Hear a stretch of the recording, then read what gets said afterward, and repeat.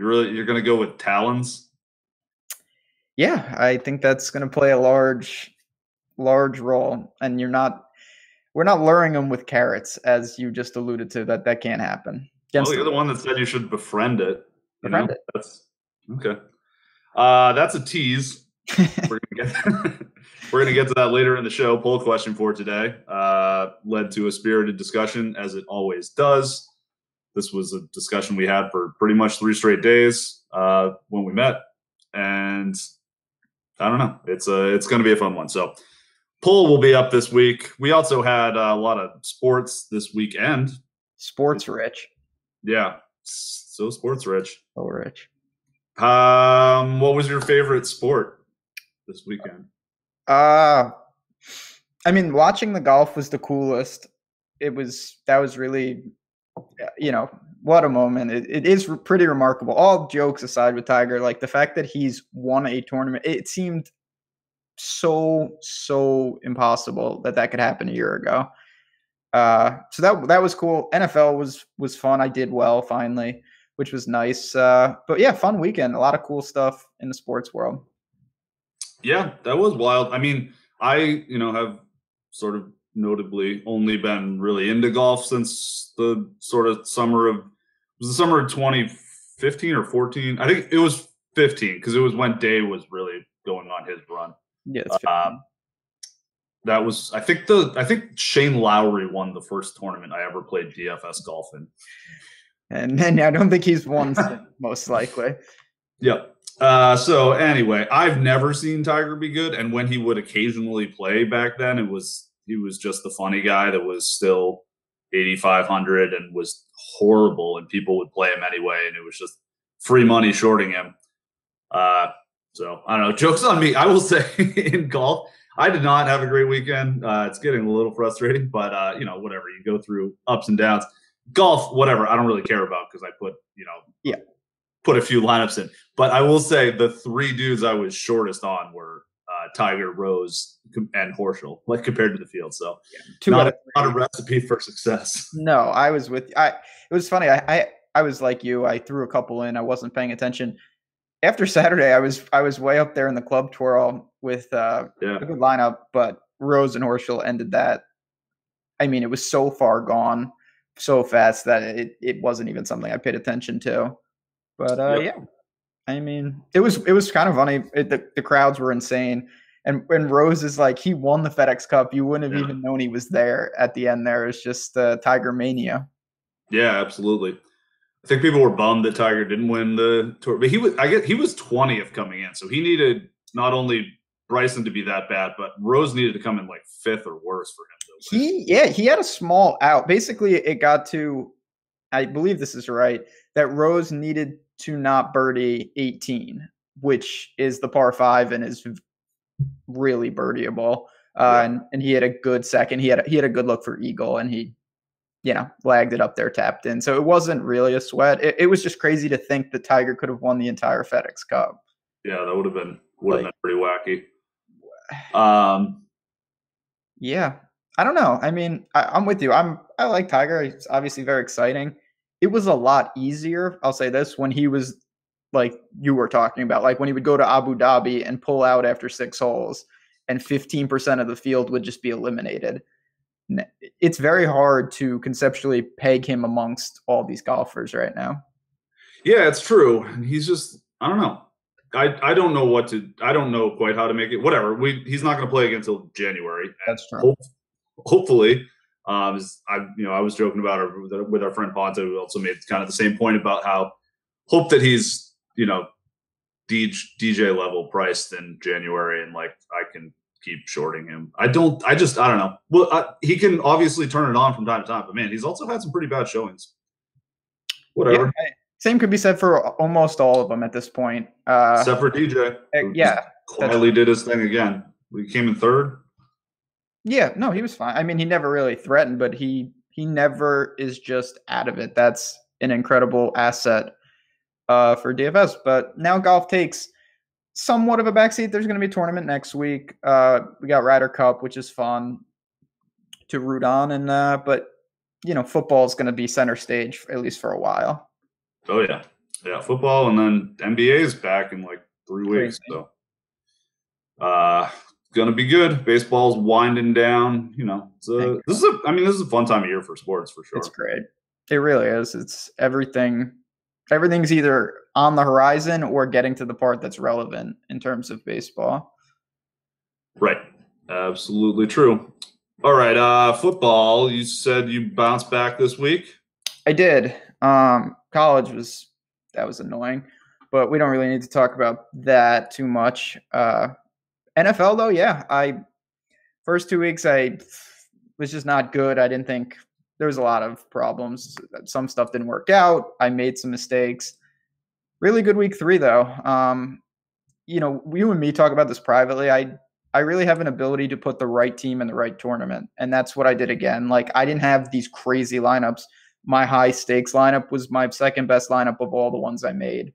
And when you do that at those stakes, you can really make up a lot of ground. Saints Falcons went into overtime. That was really huge for me. Avoided some of the bad chalk. It was for the most part just got some good breaks. Robert Woods played really well, and yeah, so I was just happy with how it turned out. Caught some breaks and turned the season around. It's still so early. I mean, it's only 3 weeks in. Yeah, it is. No, it's good. It was. I don't know. It was a little frustrating. I felt like in general, I've had a pretty good pulse on the NFL. I think I've gotten the teams right. I've kind of like had a pretty good idea of like how things are working. Mm-hmm. But really just haven't hit the pieces right in my plays. I was very heavy on Deshaun Watson this week, who threw for 385, and Will Fuller was massive chalk. And I played a lot of Deshaun with Fuller and Nuke, but Deshaun Watson throwing for 385 yards and Nuke catching 86 of them is like a pretty nut low outcome there. Sort of like Roethlisberger last week with Antonio. Matt Ryan again this week, last week with Julio, and then again this week with Julio. Calvin Ridley, people like, not that it was a bad play, but a lot of people played Calvin Ridley specifically so that they could game stack that game and get up to Kamara. Like it was the only way to get like all the really expensive pieces from that game in. And so I didn't do a whole lot of that. And that hurt. I didn't get to Kamara and Cash. I know you did. Like, I didn't dislike the play. I just found I liked a lot of the running back values. And I find that it's pretty hard for a guy that's not that expensive to really like kill you if you don't play him. But Kamara's done that twice this year. Yeah, I mean, I can speak to just for me. I'm not, as you know, I don't play Kamara often. The thing that got me there, even in cash, was of course, overtime helps this. I really thought we were going to see an outlier with his volume. And that's always what the concern is. It's not that I know how explosive he is. 9,500 for 16 touches is just something I can't do, mostly in tournaments because there's ownership with it. And in cash, I would not go there. But I really thought with the Deion Jones thing and just the game plan that he could see elevated touches. He was, he's a very good player. I was able to free that up because I did switch to Matt Ryan and cash, which again, that was just very fortunate. Caught some good breaks there. I obviously I had the Vikings defense, Ebron, Lat Murray. There were some bombs, but those guys kind of still kept me afloat. Yeah. No, it's a good argument. I'm with, because in tournaments like 9,500, you're hoping for nearly 40, which is that's a lot. Almost impossible. I mean, not almost impossible, but like, Kamara almost got 40 points. He had 20 targets like that. Yeah, and they're good targets. It's Christian McCaffrey like targets. They just he's very, very good. And if he ever got volume like that, which he won't, I would pay that price more often than not. I had a lot more in McCaffrey than Kamara. That was a weird one. I don't even know what to say. Guy just can't find the damn end zone. He didn't get many targets, but he gained. I mean, he and Kamara both gained around 200 yards on overall. I just couldn't believe him 175 yards on the ground, I figured he would have had 100 yards receiving too. Yeah, and they scored 31 points, and he didn't find the end zone again, which is a little granted. It's always been the case, in the Cam Newton era, that running backs have a little bit lower market share of the touchdowns, of the rushing touchdowns, because Cam will run it in so much. But I don't know. You'd think he'd get one every once in a while. Yeah, I mean, especially with no Olsen, who's a threat down there. Like, I've been with you. I've been buying on Cam and McCaffrey. That'll come because it's just, I know that Newton does take some, and you're right, but come on. The guy's too involved. He was on the field for 100% of the snaps. That's ridiculous. Yeah. No, he's that's the thing is McCaffrey, in general, you can project for more volume than Alvin Kamara. It's a lower octane offense. Like Cam Newton, not as good as Drew Brees, but like McCaffrey gets his work. So always game script proof. Yeah. It wasn't game script proof, and this was the one that really got me in cash, because I think a lot of people went down to the Cowboys in cash for defense, which I thought was a mistake. Just because I felt like there was plenty of value out there, and you could get to the Vikings, and just like you don't see, lines like that very often. So I was able to get there, but I got to the Vikings. I got to Latavius Murray. I get that Murray is he's not like a great receiving back, but he got 20 targets or so on the year last year, playing a third of the snaps. So like you can project a little bit more. He got targets yesterday because they got destroyed by your boy. Yeah, that was cool. Not great because I'll just say the Vikings defense, it's hard to regret. I really, that is what it is. That was a ridiculous game. It happens. It's the NFL. And I was paying for Latavius Murray in cash not because he can't catch, because he should find the end zone in a game when they're 17-point favorite. Having said that, they were whipped by Josh Allen. It was very cool to see him look somewhat competent.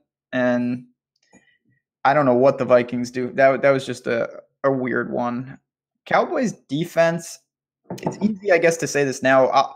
For me, it was pretty simple. I was very adamant throughout the week that the Seahawks at home are a different animal. Yep. Their offense, it was better. It's still clearly the offensive line is going to be a problem no matter where they play. But I had more Russell Wilson than the field by a large margin. So clearly the Cowboys defense was just not a spot I was looking to go to.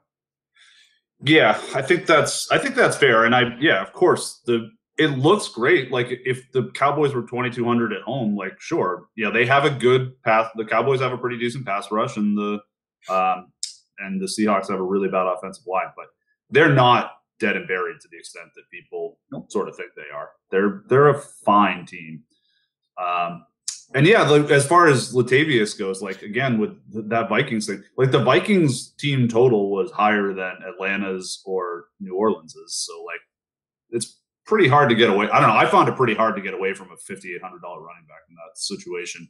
When it goes bad, it goes really bad, and it did. But absolutely. I was fortunate in tournaments. I paid up for some spots, and I had some David Johnson. So I wasn't really on him there, but for cash, I don't know. I mean, like I said, it's the NFL. We see these occasionally, but man, that was a real head scratcher. I did not see, and this is coming from someone I know you can't say you're high on the Bills, but I'm higher on Josh Allen and in the Bills in general. And it wasn't even on my radar that they could hang in, never mind win decisively. Yeah, exactly. Just with such a bad offensive line, and just like the Vikings have, I don't know, like 8, 9 Pro Bowl caliber players on their defense. Like it's ridiculous. Like if you just look up and down their defensive roster, but and they didn't have McCoy. Like not that they needed any more, but like their only weapon, it was Chris Ivory just catching like 60-yard screen passes. The Bills' defense was impressive. They did force some short fields, and the game got away from. Yeah, Cousins turned into Cousins, and that happened. Perfect storm. I mean, still, there's nothing. I can't even look back and say, well, this is why that happened. I don't know. It's just they're all pros, and the talent level, no matter what, it's not like college football where, even though having said that, Old Dominion beat Virginia Tech, but it's way less of a talent gap with the NFL. They're still all professionals. Yep. Yeah, absolutely. And we talked about this with our poll question a couple of weeks ago. It's like you put that Bills offensive line in college, it's by far the best in the country. 5 All-Americans. It is different, but I mean, there's some head scratching just looking at the league. Like the Dolphins are 3-0. The Patriots are 1-2. Not that I'm worried about them, but they did look pretty bad last night. They really did. It happens, and we'll see. The Rams. We had mentioned during the game, we were talking that their formula, which is a great formula to have domination up front and domination on the outside, maybe having some issues. Talib was banged up. Peters looked hurt bad. That could be something to buy on it for people going forward. Peters supposedly 2 to 4 weeks. He's out. Oh, wow. I thought it was going to be worse than that. No, there was a report that says 2 to 4, which obviously who knows, but I'm a little bummed that we don't get a chance to, because it's a Thursday night game. They're playing the Vikings this Thursday, and so it's going to be hard to have that be a buy low spot for any offenses. Mm-hmm. They play a fair amount of Chargers. I ended up getting there yesterday.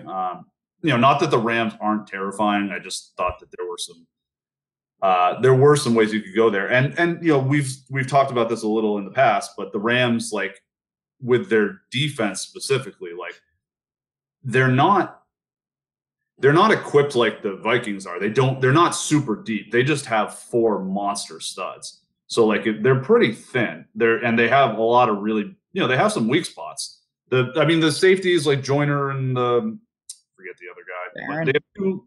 Say what? No, I don't know who it is. I've said Mark Barron. I don't even know if he's on that team. Yeah, he's like the big linebacker, like the Cam Chancellor kind of thing. But it's like he is considered more of a linebacker. I don't know. He just whatever. Their linebackers are not very good. No, they're not. No, and their edge rushers. Everyone the guys on the edge like sometimes are called linebackers too. Basically, yeah, whatever. Their linebackers stink. So if somebody, if one piece goes down there, I do think there are going to be ways to attack them for sure. But they have the sharpest coach, though. I did see, I believe it was Evan Silva. There was a tweet out there in the Twitter sphere yesterday, just about how now more than ever in the league, you can just see there are some teams that get it with new innovative coaches, and other teams that are just holding on to this old, outdated way to play, and it's becoming a stark like some of these guys it's such bad decision making, and guys like Sean McVay, they get it. Like Goff, I'm not saying he's bad because he's not, but he's accurate, and they just give him a blueprint every week of what to do, and he does it because he's good enough where he can do that. It's very impressive. Yeah, right. Goff is like a perfectly fine, like sort of average quarterback. He's pretty good. And he's on a rookie deal, so they can spend a lot of money on monster studs for the defense. And they happen to put together like that collection, like I've been riding this for a while, but that collection of skill players that they have, like Todd Gurley 2 years ago remember when Todd Gurley was dead and buried? I mean, their offensive line was bad, but they also just didn't have the skill players to really space the floor for him, right? Same concept as in basketball. And he went from averaging like 5 yards per target to 10 from 2 years ago to last year. Like when he's got space to work with, it's unbelievable. Same thing for like Cooper Kupp when he gets to work underneath. Robert Woods is probably the most skilled receiver in that whole group. He's just not like Cooks is insanely fast. Kupp is good route runner, but Woods is just like one of those really sick sort of Terrell Owens-y like possession receiver types, and he looks great. Woods has been awesome. He was a huge reason for my good day yesterday. They move him around. He gets the ball in a lot of different ways, has the knack for the end zone. Cool. Yeah. Good team to target. There is a lot of mouths to feed, but they make it work. Yeah. I probably got a little too clever there too. Like in the afternoon slate, I played a fair amount of Brandon Cooks. He should have scored early. That was a killer. Yeah. He got tackled at it was called a touchdown, and then they turned it back. So Gurley, so it went from like the 20% on Brandon Cooks that I had in a 3-game slate. 20% is fairly low. To that got called back, and then 58% owned Todd Gurley gets I'll take this. Yeah. Gets the half-yard touchdown, which that hurt. And then he got tackled inside the 5 again. Whatever. I might have been being too cute here, but like I am a big Chargers fan. I think they're really good. I think that their defense is very reliant on having both Bosa and Ingram out there. I think Casey Hayward is kind of overrated. I think he's really, really good, but from a fantasy perspective, he's he's a bit of a gambler. Like he does a little bit of that Russell Westbrook like jump in the passing lane thing to get pick stuff. And then he's good enough that the Chargers are comfortable leaving him on an island. Like they don't give him a ton of help. That's my coffee maker going on. Oh, I thought there was a fire in my apartment. I was like, Jesus, I'm gonna die. No, it's funny that I think that happens like every 2 months on this show, where keeps me on edge. Yeah, there was one where it was the week of the Hawaii missile scare. Oh, yeah. I remember it went off then too. That was when because it was real bad with North Korea at the time too. Whatever. But Casey Hayward, he can get, because he's left totally alone a lot of the times, like he can get burned by super fast guys because they will let him try to take them out by himself. And look what Tyreek Hill did to him in week 1. So that was sort of my thinking with Brandon Cooks, but whatever. That was probably a little much. I saw the logic, on a lot of teams that I knew I wanted to get one of those receivers. There was a price difference. That was step 1. Woods did fit. And it was just a kind of thing where it seemed like me that the Rams kind of go with like the least common denominator. It's like, all right, we can do these shorter they could attack like that. But I really feel like they don't even give Goff a chance to make plays. Like it's more, we don't need to, because we can just get these guys open 8 yards out and they'll do the rest for you. They have more though. Like in what way? Sorry, yeah, that was not our take. Cooks is much more heavily involved in the offense than Sammy Watkins was. It's not the Sammy Watkins role. That's true. That definitely Watkins was there. Watkins is also similarly just like crazy burner guy, but he is not. They would just send him deep. They would do what the Patriots are going to do with Josh Gordon. Hopefully, hopefully that helps because the Patriots look like shit right now. Speaking of, go ahead. Oh, I was going to say, should we, the other big game that we haven't gotten to yet, should we start pressing it's been 31 minutes. Oh, yeah. Without a Patrick Mahomes touchdown. Should we call I was with there. I was going to say, speaking of Sammy Watkins. Nice. I thought you were going to start trashing on the Patriots, which whatever. No, I'm not. I'm letting that just be and enjoying this for a little while. The Chiefs, they looked very, very good. Kareem Hunt was helpful. He not vultured, but at the same time, he got some easy touchdowns early. Didn't do much. He's lucky that he found that end zone. That was help for me. I had a lot in tournaments. Mahomes is great. He played very well again. The thing was, I was able to pay down and get, in Matt Ryan's case, more production. There's so many QBs. That's been the early theme of the season is QBs are crushing it. For some reason, there's no connect with the obvious handcuff. And you alluded to that earlier. Like, oh, Matt Ryan has 50 and Julio has 12. That just doesn't seem – I don't know if these things are going to regress more normal, if we're just seeing wide receiver ones not being as prevalent in some of these offenses. Yeah, you wonder how much like the defenses are just really trying to bracket the number one guys. I mean, there's some of that, but in the Falcons case, it did kind of seem like they were content saying, all right, if you want to just take Julio, like you spoke, bracket coverage, we have enough weapons, Ridley, Hooper, Sanu. I don't know. I still think those big games are going to be there, but man, the floors are getting lower, and that's something to note. Yeah, no, it's absolutely true. Yeah, I mean, there've been some monster quarterback performance. I played Mahomes in cash. I just, I thought it was a good spot. I'm kind of on I would be trying to chase the Pat Mahomes regression. I just didn't really think that was the week for it. San Francisco's defense is bad. I also played a ton of San Francisco because the Chiefs are really bad, and I assumed I just kind of thought that was going to be the shootout game of the week. I knew that it would be chalky, but I felt pretty comfortable that you could still get over on it. And I also didn't see like crazy ownership for a lot of the 49ers. I didn't think they were going to be. We had Ebron, who I don't like as a player.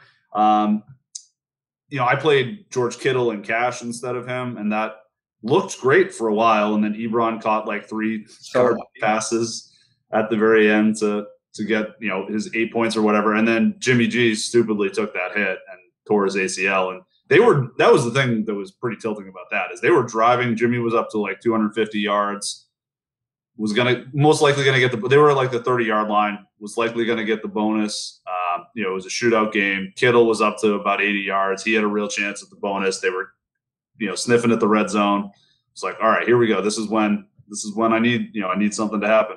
Had a fair amount of Marquise Goodwin, but yeah, just they didn't quite get there, which was no. I had trouble, and these are little breaks that you catch. I had trouble really finding Niners that I wanted to attack the team, but I couldn't find guys that I actually liked.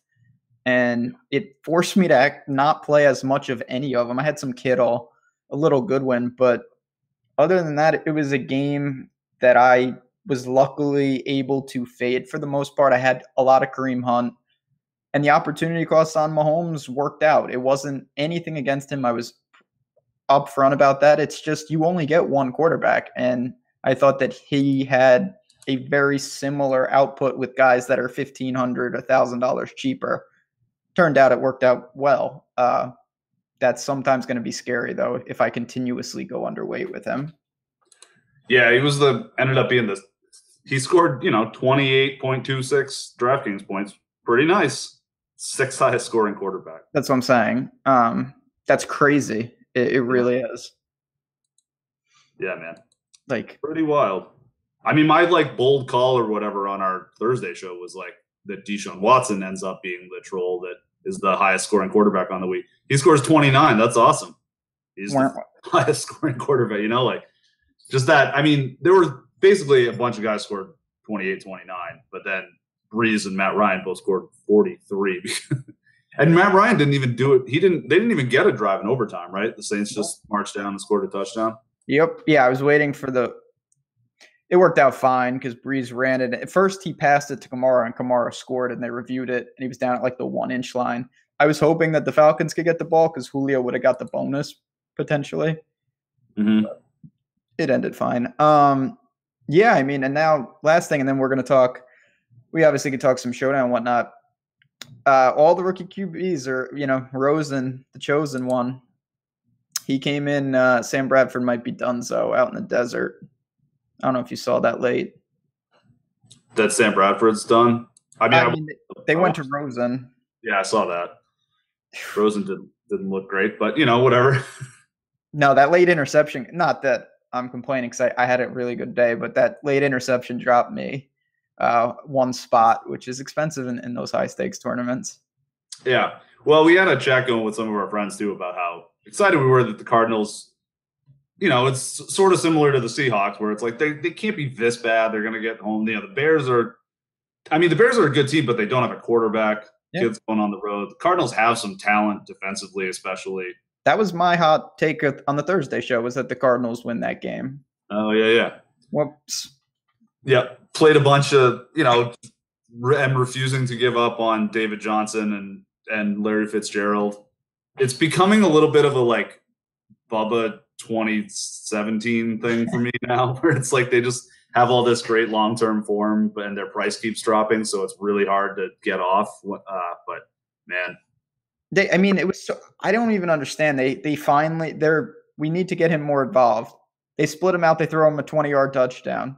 Then they don't do it anymore. It's I don't understand it. Early in the game, you do what you said you were going to do, and it works, and then you just revert to. I'll say this: Christian Kirk is a guy that I almost had him some exposure yesterday in the afternoon slate. I really looked at him. He's going to be a player, I think. He's a good young weapon, and if Fitz can be, and David Johnson at least draw some of that coverage, that's a guy. If his price going forward stays low, keep an eye on him. I like the way he plays. Good in college. Pretty dynamic. Yeah, caught a lot of balls. He did. I'm out there a lot. Yeah, Cardinals have been a little frustrating this year, but what are you going to do? If actually, I'm sure pricing is out for this week. But if David Johnson is like 6,800, I'm just 900. Yeah. Just going to self-exclude. Just I don't want to deal with that either because he was fine. But at the same time, it's still not what you're looking for. No, certainly not. Not even a little bit. I mean, he caught a touchdown. That was helpful. Yeah, I don't even know what he finished with, to be honest. It was like 16 points. It was pretty bad. That's not good. Let me see here. Oh, God. Oh, David Johnson is 6,600 this week. Who they playing? At home, Seattle. At home to Seattle. That's a weird one. I don't even know what to do to that. I don't either. Earl Thomas is amazing. So good. So that was my other. It wasn't a bold call, but and we talked about this with the Cowboys defense. The Seahawks are still going to cause trouble in certain spots. They're not what they were, but they're no dumpster fire either. They're just a team with serious problems that doesn't have the talent that they had to mask it anymore. Yeah, they still have the best secondary player in the NFL. And Wilson hasn't gone anywhere. He's been a long time. Yeah, Baldwin coming back will help. Like Lockett was a guy that I've been buying. Found his way into the end zone, which was huge. They have no running game. It's not a great team for DFS purposes, but I'll still look to Russell Wilson in certain spots. The thing that's surprising, he hasn't been really running. No. Well, they've faced really tough pass rushes in all three games so far. So like when they're going to have some games where it's not so brutal on him, and when he has time to move around and make some throws and get out there, I think I think good days are ahead for Russ Wilson. I didn't get there this week. I don't really play a whole lot, but I am there in the future. Russell Wilson's awesome. Like he is a guy who is just a monster for tournaments. Like he can just put up crazy numbers. And the Saints and Falcons are not going to score 45 points every week. No. I think. So they say. We did have a question from chat. Just jumping back 1 second. If I had any Tiger shares, I did have a little last week.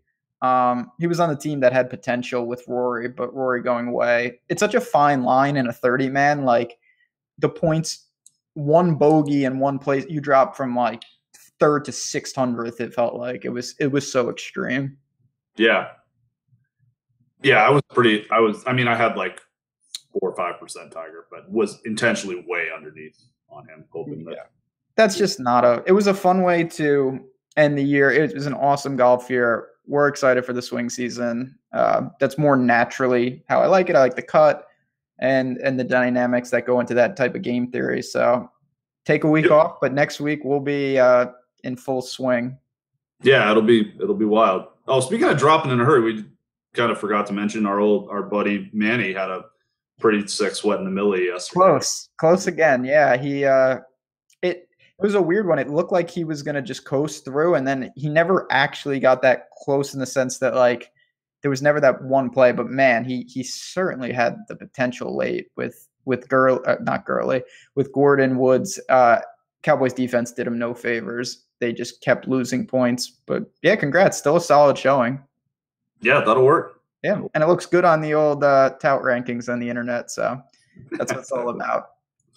Go Manny. All right, cool. Let's see. What do we got? Sorry, I just lost my train of thought. Oh, there's a game tonight, football. It's a weird game.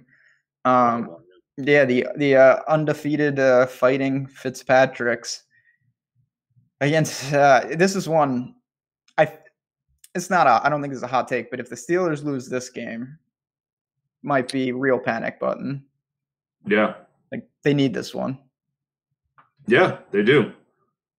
How much Steelers defense captain spot? I mean, I'm thinking about it pretty hard.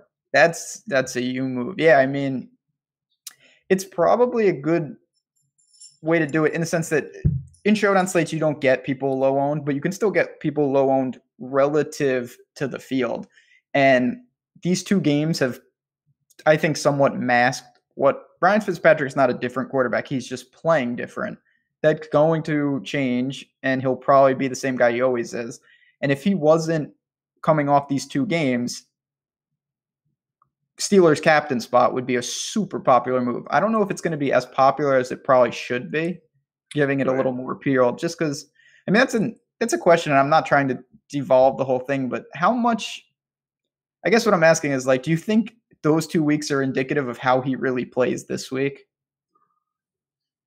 You know, I don't, but I don't. I mean, I don't know. Maybe like, is there like a scheme change? I have not like I'm not that smart like at the NFL stuff. Like I don't have like crazy scout takes. So like I have no idea on that stuff. I But can't tell like if the plays that they're actually calling, like if they've done something different to help him succeed more, or if he's just running like God.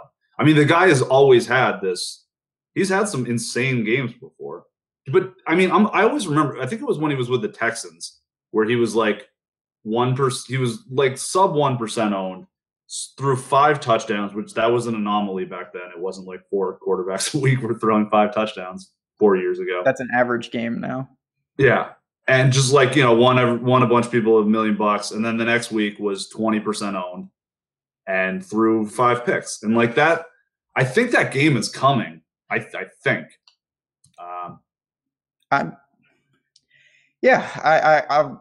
Ryan Fitzpatrick is not going to.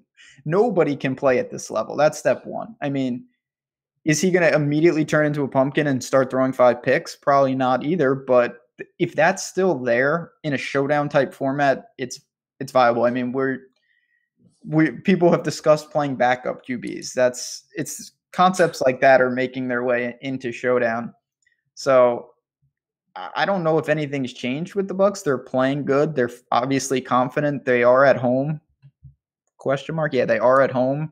Yep. Steelers defense is not good. It's not going to be good. No, it's real bad. So it's one of those things. I'm going to have some teams that do start like that because in showdown you can do that, but it's just if the Steelers defense is 10% owned, like there's better than a 10% chance that Ryan Fitzpatrick just craters. That's what I'm saying, and I think that possible ownership is based. I mean, it is based 100% off the last 2 games, and with a guy, this isn't like Mahomes in the sense that we have a proven track. Like Ryan Fitzpatrick is not young; he has a long history of doing this, not to maybe this extent, but it most likely he is who to quote Denny Green is who we thought it was, and I feel pretty comfortable taking the possible low ownership on that. Yeah, I think that is going to happen at some point. I'm a little worried that sort of like, I think Mahomes looks really good. I think Mahomes is going to be a good long-term player. I think Mahomes is going to have some bad games because he doesn't always make the best decisions, it seems like. Mm-hmm. I wasn't sure that last week was the week to start trying to attack that. Same thing with Fitzpatrick. Fitzpatrick is going to have the ugly, ugly games at some point. I feel relatively confident in. I'm not sure that the Pittsburgh defense is the one that's going to get that out of him. Obviously, I mean, this isn't breaking news. You would think that the Steelers would get Antonio Brown. Not that he wasn't involved last week, but just early, often, red zone, and just get him back on track a little. The defense is really bad too. Yeah, it's certainly exploitable, and the Steelers will move the ball. It has the makings of a wild game. I mean, this one could really get out there. Right. And I think that people will want to do that. It is tough though because these players are very expensive. They're making it hard. I feel like they did this last night too. I mean, I don't know if it's just the way the games specifically were set up, but it's been in these last couple games, last night and tonight, and it probably is just that it's better, higher quality offenses. But it was really hard to get both quarterbacks in showdown last night. It's really hard to do that tonight. Mm-hmm. I like that. Yeah. I think it makes the captain spot a little more valuable because you can save if you don't take like Antonio Brown in the captain spot. That sounds great. Seems obvious, but if that makes you have to play some real bozos, it's more of a kind of a chess match, which is what showdown is. It's just like chess on meth. But I'll take some stabs. I'll probably play some Monday, Thursday. Do that. if I'm doing that, I haven't looked too much at the whole slate, but you'll see a lot of people front load it because this has a this could be a real shootout. I wouldn't be stunned to see it get up and down. That's probably where you want to buy if you think that the Rams defense is going to be in some trouble, any trouble at all, because that's the Thursday game this week, and it's it's against the Vikings, who just laid an enormous turd when everyone was all over him. Like, he will be not non-existent because it's 2 games, but man, if you want to buy, I would venture to say a ridiculous. Everyone will use the quarterbacks from this game, and if they don't, it's because they're using Goff. And I don't think a lot of people would do that anyway because it's the Vikings D. But then again, bad time to bring that up. Survivor. Oh, you remember when you mentioned that? By the way, like we were talking about survivor pools. Oh yeah, yeah. Survivor pools are like basically everyone's down to like 5 people. It's crazy. Yeah, well, because there was another like super chalk game. Yeah, that was upset yesterday too. Oh, the Titans beat the Jaguars. Oh yeah, but that was like the 3rd one. That was really frustrating. I played a bunch of Jaguars defense in tournaments. Oh, the defense was good.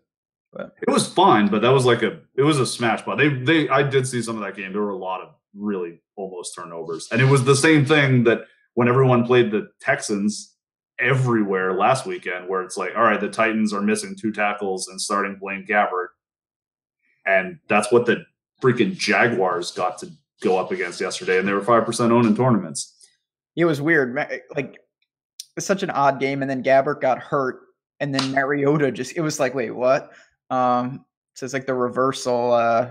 The starter comes in off the injury. Ugly game. Just really hard to get a feel on the Jaguars. And Bortles. Like, Bortles is just, one week he looks competent, one week he looks not like the QB who should be in the NFL. Yeah. Man, it's wild. And this happens all the time, any given Sunday, blah, blah, blah. I think that, I don't know. It's been weird because I don't even know the point. I know the point I'm trying to make. I'm having trouble articulating it, but you know what I'm getting at? Just it's so weird. Do you want me to try to jump in and finish it? I don't know. Sure, yeah. You know me. We're good buddies. Maybe I'm not saying what you're saying. For me, like, this is where, I don't know if it's an edge, but I don't really overreact to. It's been really odd. Some of the stuff, though, that I've gotten actually the narratives right, but the plays haven't fit the puzzle that I've made, even though the puzzle was correct in terms of not overreacting to some of these guys. Yeah, that's well said. And just getting the teams right. It's funny. I wish I'm not a big time gambler, or I don't do a lot of sports betting. I wish I did sometimes, because I feel like I've had like a really good, and this happens. It was sort of similar last year too, where I was on a few of the right teams early and like able to get some value out of them, but just not the right pieces. And that's important. Yeah, I mean, I think that's I do things somewhat atypically, and that's a huge part of what I do, is like trying to understand what the quote unquote masses think, see if it's accurate, and if it's not, really pounce. And that's why, again, I remember when Deshaun Watson had figured out the NFL. Like, that wasn't that long ago, and we've never seen this. This is crazy. I remember when the Chiefs I think they were 6-0 last year, and they almost didn't make the playoffs. Like, I don't want to go on a social media rant, but like, the short-term memory on all this stuff is ridiculous. And I know it seems like, I don't want to indict Mahomes because I like Mahomes. I think he's a pretty cool player. Kind of rooting for him. But let's not get crazy. It doesn't just make him the best quarterback going forward. We'll see. There's a whole other dude in the middle there. Jimmy Garoppolo was the best quarterback for 5 games at the end of last year. That's right. It's amazing how fast. So but relating that to DFS, you can really, if you have a hunch or you have a line on some of these plays, you can really take advantage, even if it's on a macro level like a team. That's what I did with the Cardinals and the Seahawks yesterday. It kept me off some of the in my opinion, some plays that I didn't love, and it got me on. Cardinals defense worked out well, and some other things. You can really buy in if you take a healthy amount of skepticism to what we're seeing out there in the general market. Yeah, none of us, obviously we can't predict the future. We try to. I find Twitter to be like a just super toxic place in general. I think that's not a new take, but just the amount of like chest thumping and like talking shit and just like it's brutal. It is, but it's also, I think I gleaned some information from that. You see people overreacting, and you can say, okay, well, I'm gonna sit here and not buy into some of this stuff, and you don't always have to. It doesn't make you. I mean, I never would have done this because I didn't believe this would happen. But if you went out on a limb and we're talking about the Bills hanging in that game, nobody would have believed you. And if the Vikings would have smashed them, you would get roasted for it. Those things can obviously happen, though. And sometimes if you have a line, again, you want to just it's the NFL. Stuff happens, and you can exploit it if you really think that you found something that most people haven't discovered. Yeah.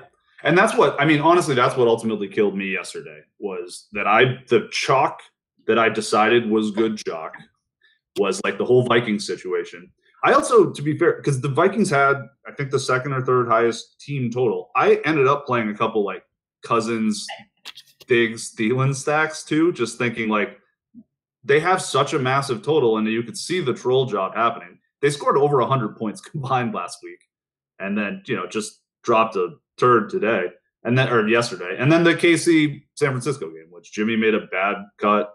Like that was shaping up. It was a shootout for the first half. It was shaping up to be a pretty nice one and then just, sort of ended quickly. And the fact that game essentially had 7 minutes shaved off of it. And then the New Orleans game had 7 minutes added to it. That was it. Mm-hmm. No, it's true. Couple questions from the chat. One true comment that, Mahomes, we got to get on the Baker train. He's old news already. Baker's figured out the NFL. Good point. Very good point. And then is he the best player in the NFL today? I mean, you can just see it. He's just figured it out. Some guys just have it. What? Let's not get. He's a really bad dancer. Have you ever seen the videos of him? I did. He's got some moxie. I give him that. Not a lot of rhythm, but a lot of moxie. That's half the battle. It's all about moxie. This is a good question, though. How do you project longevity? Because, and this is one from, I talk about this a lot, and it's tough. There's no right answer or wrong answer. It's just a balance. You're weighing, okay, do I think this guy's going to regress? Yeah, but that doesn't mean he regresses this week. Both things can be true, and that's where the skill of just DFS in general, I think, is important. Where do I think he's going to be owned? If I don't play him, who am I playing in his position? And am I getting leverage there? Should I not differentiate there? Like if I don't know, maybe I play Mahomes and take a shot with somewhere else and get the leverage there. So even if Mahomes crushes, I'm different for a different position. That's stuff you got to weigh week in and week out. It's not as simple as black and white, good play, bad play. Yeah. And that's, so for me, I had, and you kind of have to do that. Was that me? What I ended up doing a lot of, and I think this is important to do in general, is it's very hard to win with all of the chalk. Like it doesn't have to be no chalk. Like there are reasons to play certain things. Like, so when I had Latavius and the Vikings D, which I didn't do a ton of that in tournaments. I went way more on the Jags and then went for some like crazy other stuff. But if I'm playing like Latavius and the Vikings defense, or if I'm playing, a Kansas City, San Francisco stack, like I'm trying to avoid some of the other chalk, but on what I thought were lesser owned sort of plays, like when I had those Cousins and Thielen and Diggs things, it's like, yeah, I'm going to load in Corey Clement and everyone around that because that's weird enough. Like you don't need to you're not trying to be a psycho everywhere, but you got to do something that can separate you, because if you just play all the chalk stuff, then you're competing with a lot of other people at the top. You want to have something that makes you different. I really do think of it like a scale. Like If you have all the ownership, you're going to be way too heavy. And if you have all your guys are 1%, you've made a mistake. That's not what you want to do. There's no reason to do that. Yep. Simple as that. Both ways are equally dangerous. One, you'll just lose. The other, you'll most likely rake yourself, to be honest. But yeah. Was Jordy's performance legit yesterday? I would say no. The Raiders are a team I don't trust at all. I think Chad's answered his own question there. With Minkah looked lost to me. Minkah looked trash. Like he was just blowing coverages left and right. Yeah. And you alluded to the Dolphins D is not as good as they're advertised. We knew that. The Raiders are just not good enough to take full advantage. And they've had a pretty decent pass. Like Robert Quinn's having a career renaissance. You got Cameron Wake, but then the third rotation guy in their pass rush tore his ACL yesterday. So avoiding a quarterback. Did you see that article? Yeah. Missing trying to not throw him to the ground with his body. Unbelievable. But that's pretty funny. Okay, well, that'll just about do that. You want to talk about our exciting poll question? Sure. So this is a good one. I am excited for this. It is a good one. Each week we do our poll question, try to keep it fun, different, sports invoking. We didn't really have a theme this week, so we went a little outside the box. We hope people will think about it, give us some votes on Twitter, discuss in the Slack and whatnot. So the question is this. Normal, I'm not an whatever UFC guy, but the normal octagon, you've got 10 UFC fighters in there, and they're going against a full-grown silverback gorilla. And the question is, if it was a all-out brawl to the 10 UFC fighters versus this full-grown silverback gorilla, who do you think would win? Yes. And there's no premeditation here. It's not like a fight you're training for. It's like Hunger Games. Well, no. Didn't they train in the Hunger Games? Never seen it. Battle Royale, which was whatever. They just drop them in there.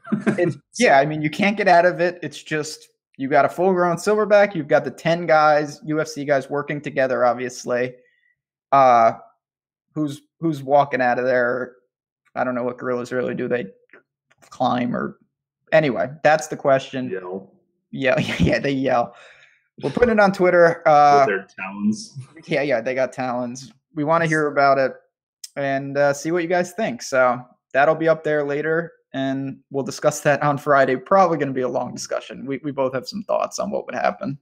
Yeah, this is literally so. Like when we met each other for the first time was last January at the Connor's mom's beach house. With Laffy was there, our old Bill used to own our company, Rusty Manu were around. And this was just like what everyone was talking about for like 3 days, basically. Yeah, it was a lively discussion. So we're taking it to the airwaves. Indeed.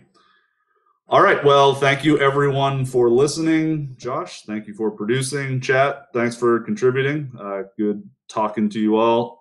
Everyone have a good showdown tonight, and we'll see you tomorrow.